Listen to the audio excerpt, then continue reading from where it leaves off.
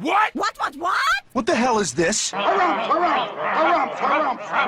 I didn't get a harumph out of that guy. Give the governor harumph. Harumph! You watch your ass. I see you shiver with anticipation. Let the show begin. Hey everybody, this is David Heretic coming at you with another edition of Reactions, Reviews, and Rants. And tonight, alright, coming back to Blind Guardian. Yes, indeed, Blind Guardian fans feeling you. Come on now.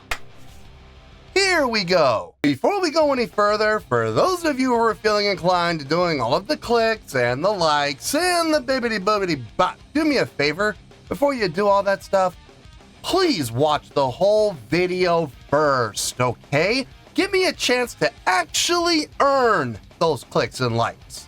Now, after the video's done, if you can still feel like doing all those clicks and likes, then by all means, feel free to click away. This comes as a request from Jonas R. And Jonas R wanted me to do something a little special here.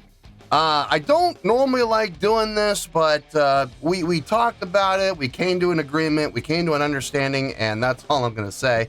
So I said, sure, why not? We'll do this one time and this one time only for you. Jonas R wanted to see me do a comparison video, studio versus live, of Blind Guardian with their tune, Lost in the Twilight Hall. Now, have I heard this song before or seen this live performance before? No, I have not. To the best of my knowledge, this does not resonate with me in any way, shape, or form. However, there's always a possibility I may have seen or heard this in passing and I just don't realize it. So as always, if I start listening to the song and watching the live performance and I suddenly go, wait a second, I recognize this, I'll let you know. That's the truth. You know me, I'm going to be honest with you guys.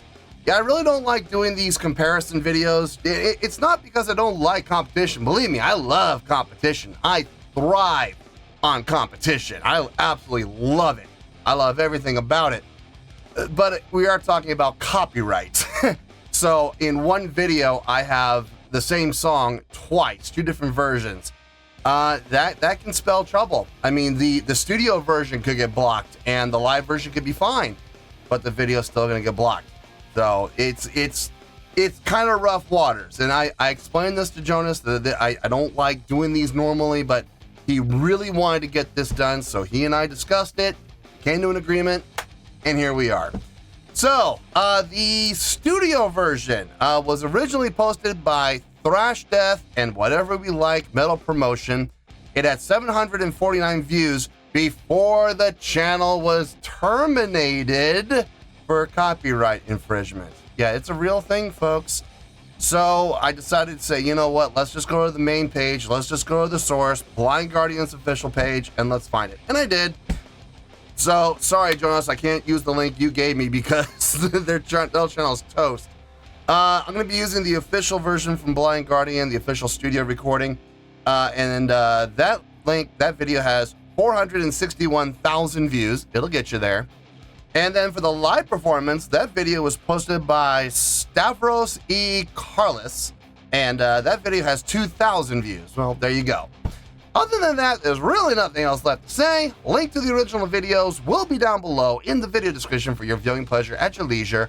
Let's get started. What do you say? Are you ready? Are you ready? Because here we go. All right, here we go. Lost in the Twilight Hall, remastered 2007.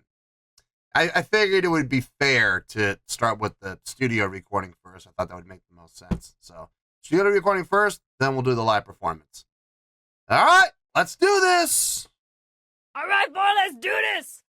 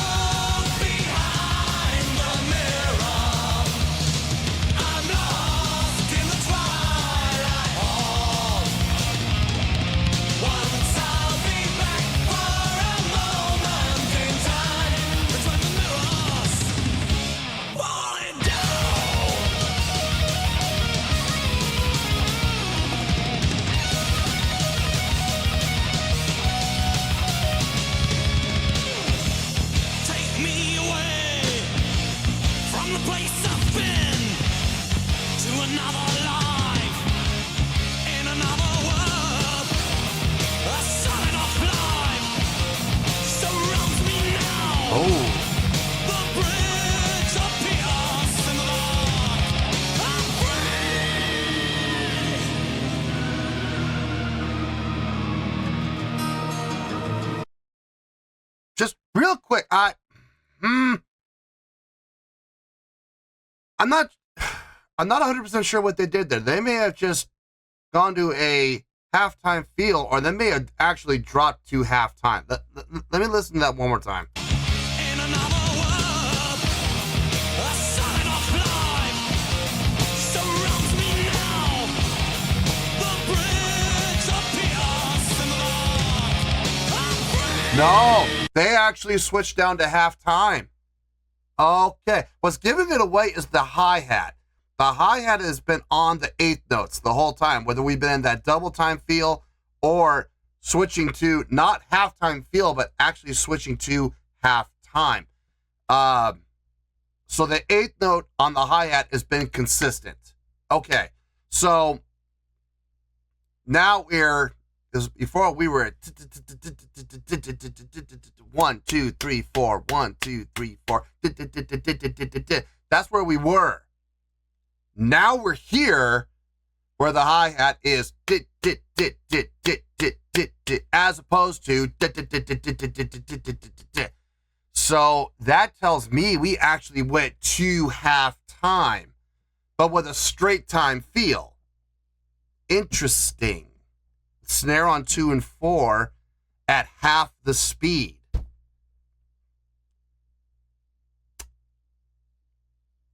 Smart. I mean, I gotta say that's pretty smart. Smart in stark contrast to what happened back here somewhere. I'm not exactly sure where we went that and I'm sitting there going, okay, we switched directions. Okay, so we're going in this direction now. And we went in that direction for 8 measures, and then we went right back into the original double time feel, and we have never come back to that section since. That section, because we have not revisited it, and it only went for 8 measures, it accomplished nothing.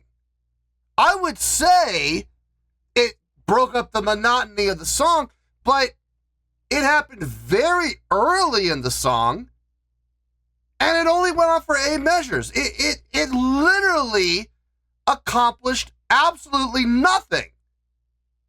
So why bother doing it? It makes no sense.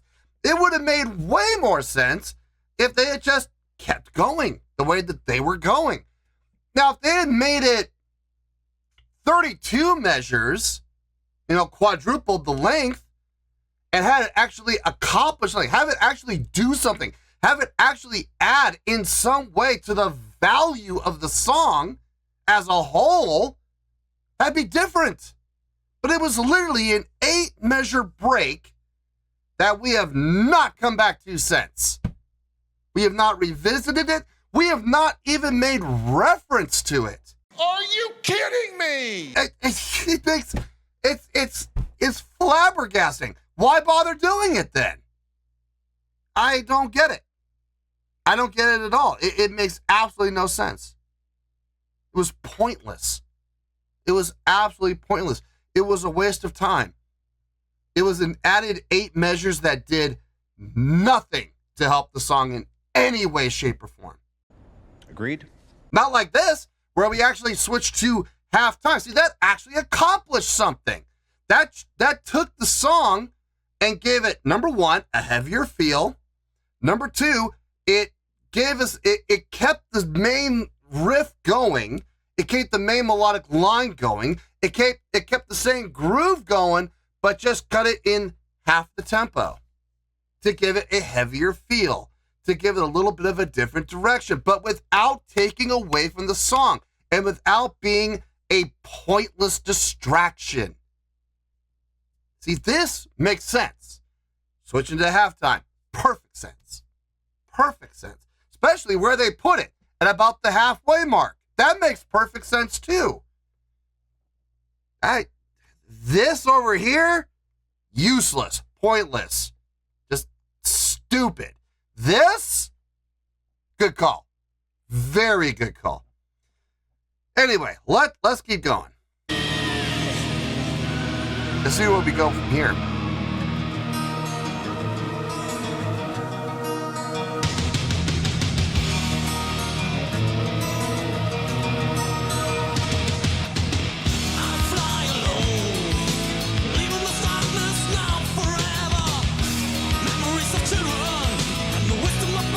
staying in that new tempo. I like it. Where will the light go to? Where will the light go to?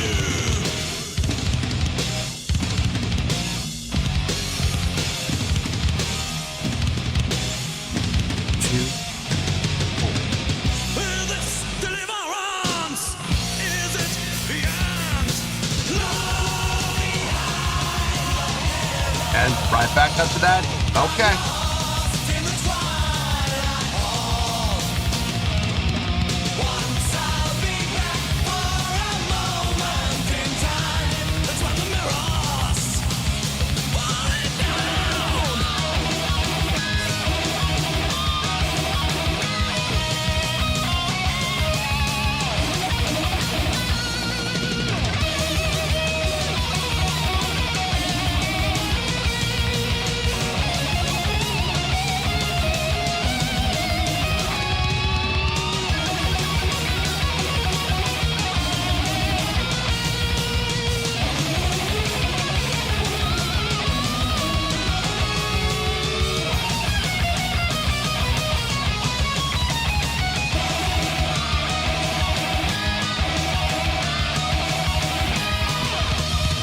I am back.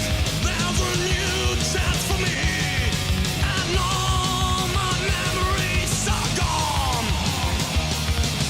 I can feel what's happening to me, and the mirror will burst.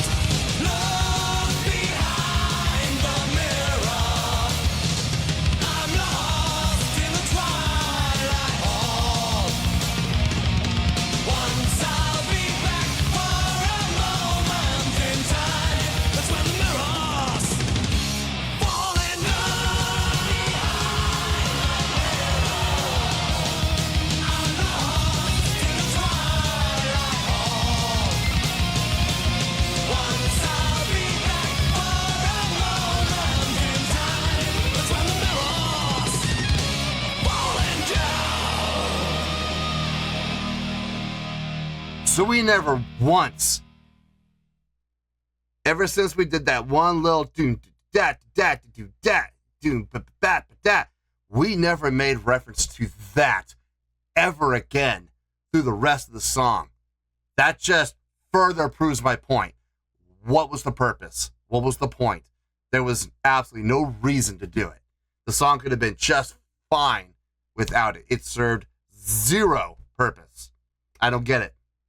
I don't get it. The rest of the song made perfect sense.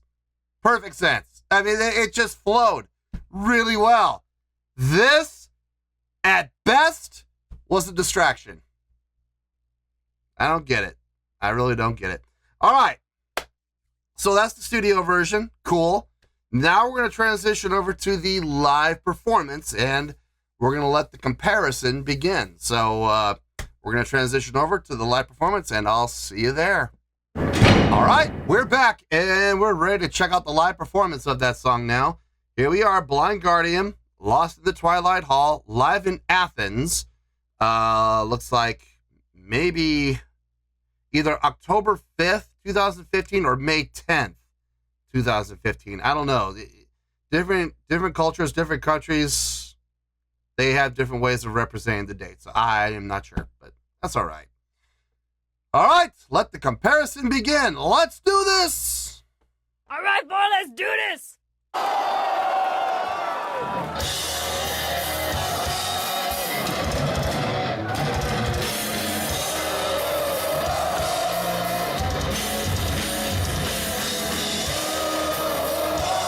Crowd knows it.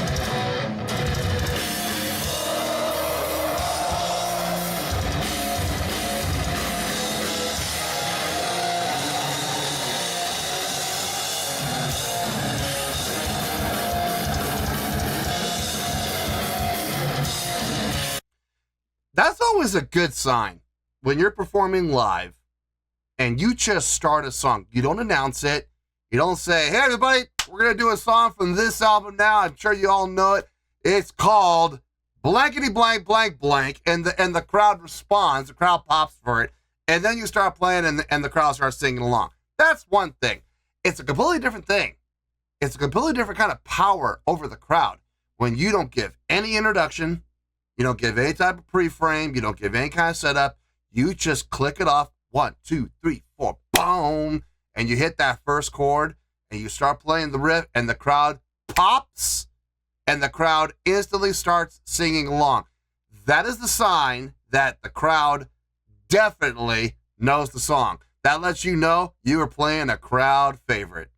That's a great power to have, man. It really is. Love it when that happens.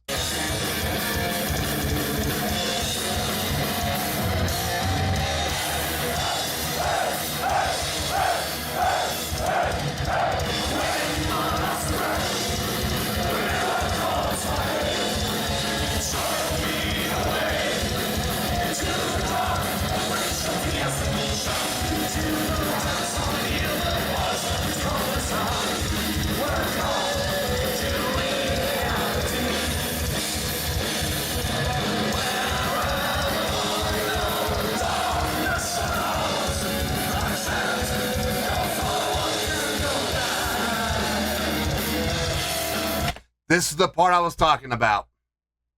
I don't get it. I don't get it. It doesn't add to the song in any way. It only goes on for like 8 measures.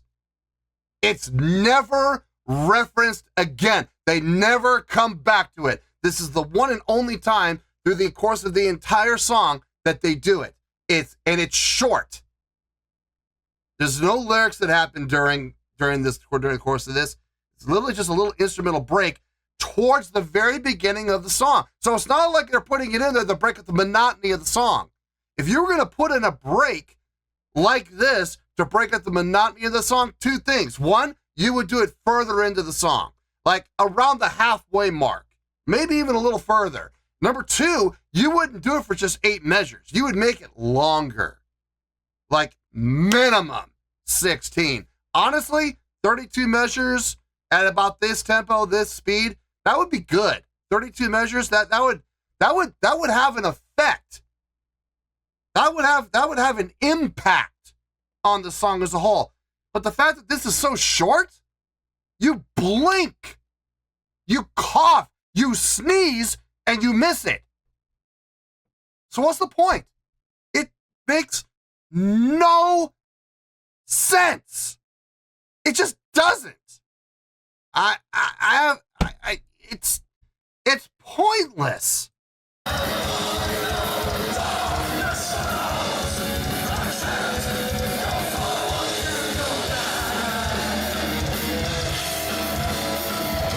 Three, 4, 6, 7, 8.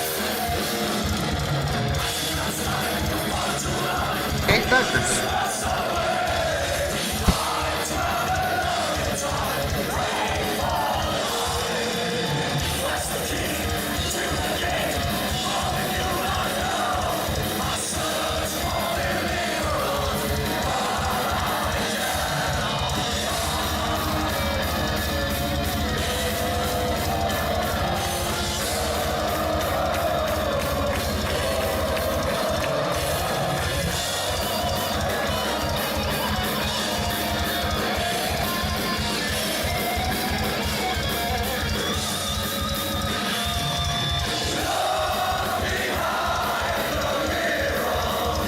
Crowd loves it.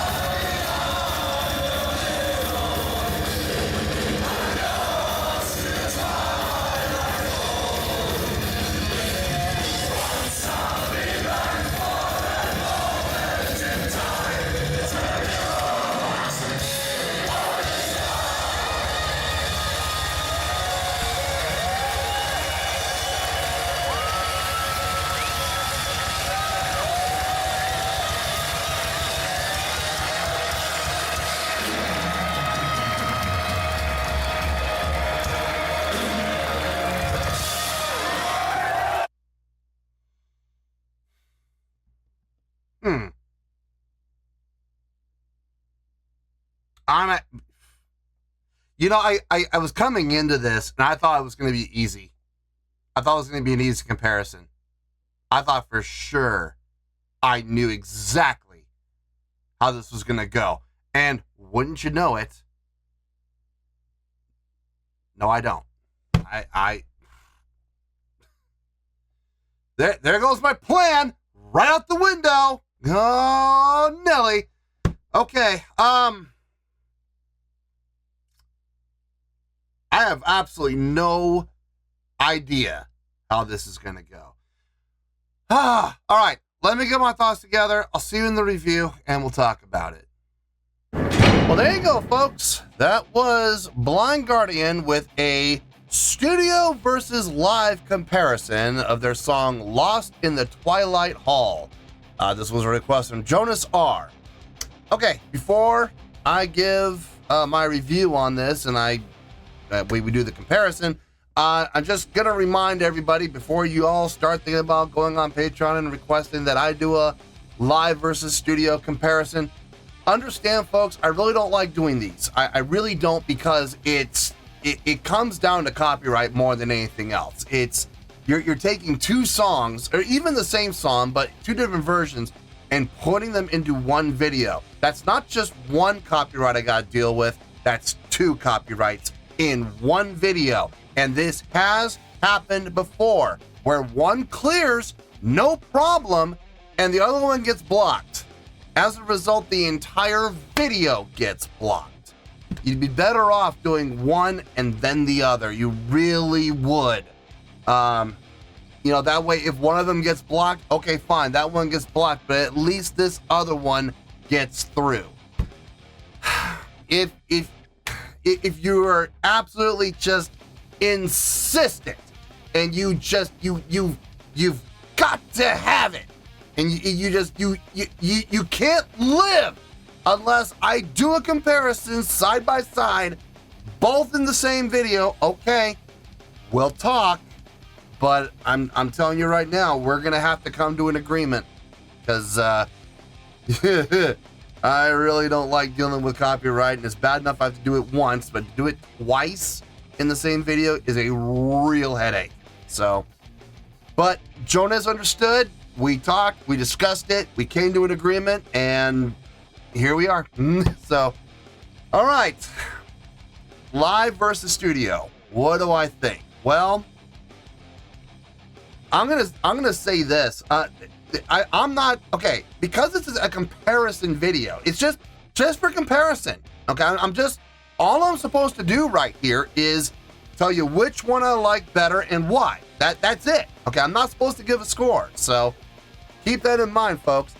I'm gonna say, and I know everybody's thinking that they already know. I love that. Everybody's like, oh, he's gonna like the live one. He's gonna prefer the live one. That's what everybody's assuming, right?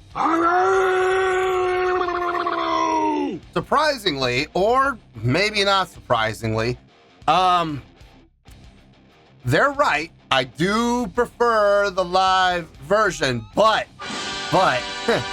it was a lot closer than I thought it was going to be. So I do prefer the live, but barely. Let's start off with audio quality. Okay, first of all, the audio from the studio recording, it's a studio recorded, mastered, controlled audio recording. Obviously, it's going to have the better quality than a cell phone video. Now, listen, I understand. Everybody's going to be going, well, it was a cell phone video. You're right. It was a cell phone video. I understand that, but I have to work with what I am given, okay? And I was given a cell phone video. Now, if there had been a pro shot video with pro recorded live audio direct from the board, that could have been a whole nother story. Okay, at that point, I think I would have just gone live, boom, no discussion, not even close. Live blows the studio out of the way. But because it was a cell phone audio, there was a lot that I didn't hear very clearly in that video, because number one, the mic's being overdriven. Number two, the mic was picking up a lot of audience noise because they was right in the middle of the audience. So I was getting a lot of singing along, badly. I was getting a lot of, chatter. I was getting a lot of background noise that kind of buried what the band was doing. So when it comes to just based purely on audio quality, obviously I'm going to go with the studio recording. Clearly, okay? As far as overall entertainment value goes, obviously that's going to go to the live performance. There's more happening on that video than just an album cover. Now, here's where things get interesting, though. Yes, it was a live performance, but wasn't a very good live performance. If I'm being 100% honest, the only reason, and this guy he literally saved the day. The only reason I'm really picking the live video is because of the lead vocalist. He was putting in work. He did everything. He took care of all the stage energy. He took care of the stage interaction. He took care of the crowd interaction. He took care of the showmanship. He took care of literally everything himself. The only thing that the rest of the band did, stage presence. That was it. None of them looked like roadies. They looked like performers. They were dressed like performers. They acted like performers. You knew they weren't roadies. Okay, I will give the band that. But going down the checklist, looking at not the lead singer, not talking about the lead singer, I'm talking about everybody else in the band. Stage energy, nope, zilch, none, nada. Stage interaction, nope, zilch, none, nada. Crowd interaction, nope, zilch, none, nada. Showmanship, no, zilch, none, nada. The rest of the band just literally stood there like a bunch of trees. The lead vocalist single-handedly saved that live performance from a visual aspect. The lead vocalist is literally the reason why I am giving my preference to the live performance and how much he contributed. If he had done half of what he did on stage, I honestly think I would be taking the studio recording. The lead vocalist literally saved the live performance. As far as the song itself goes, I think it's a really good song. I do.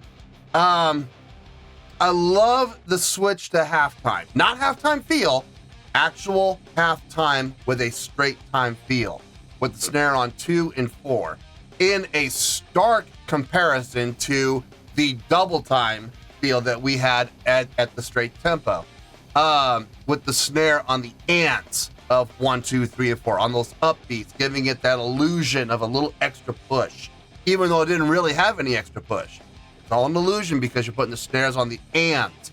It's a great technique. It's a great little trick, and I think they pulled it off well.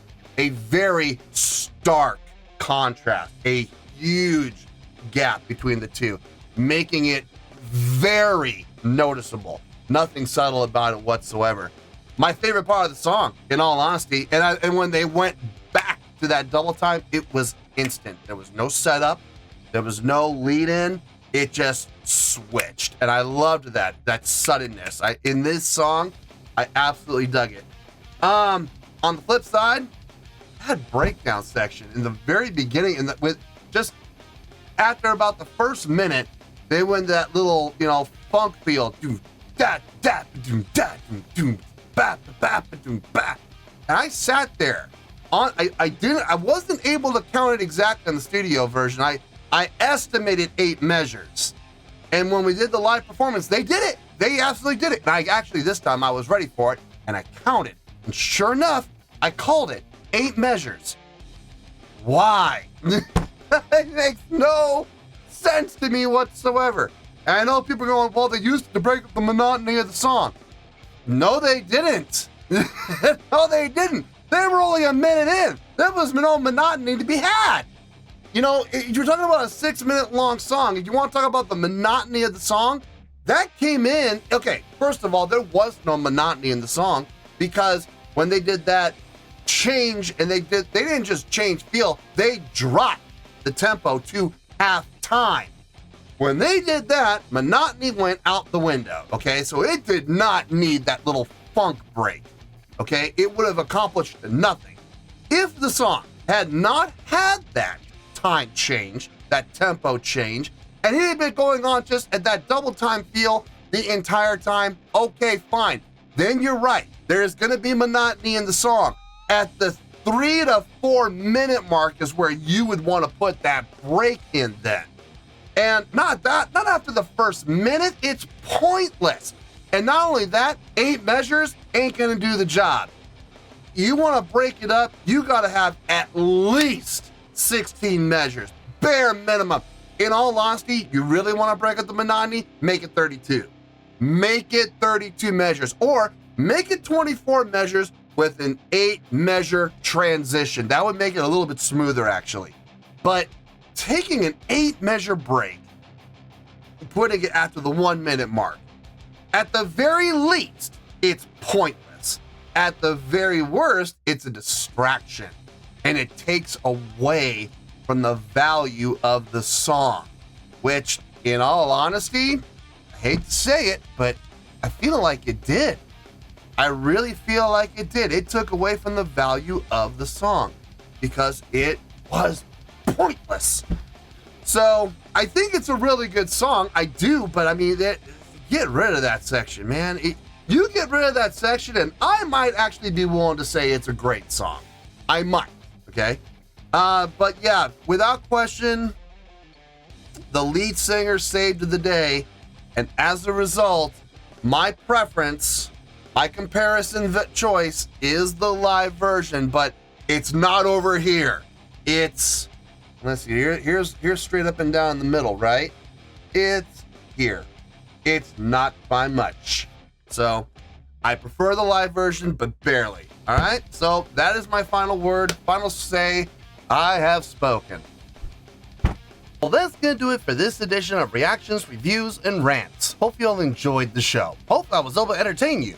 If I was able to put a smile on your face and brighten your day, that did my job, and I'm so glad I could do it. If you guys feel like joining the fan base, go ahead and click on that button down there. If you guys want to like the video, go ahead and like the video. If you guys want to ring the bell, go ahead and ring the bell. It honestly doesn't make any difference at all to me, but if you guys feel like doing these things, well then by all means, feel free to do so. Well, that's going to do it for the night, folks. Thank you very much for watching, and as always, this is David Heretic signing off, reminding you to stay fabulous and support each other. Later. Peace.